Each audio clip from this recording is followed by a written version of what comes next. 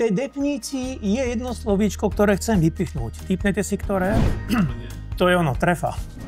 Šéfe, máš to komplet hotové, len prosím ťa, doplň tam dole tie ceny, inak to máš hotové v mailoch a poštín to čakajú na to, inak to máš hotové. Viete si nájsť konkrétny vlastný príklad, kde vám dáva váš človek prácu hotovú, jak hovorím, na 70%. To je vlastne moment, kedy nie som šéfom.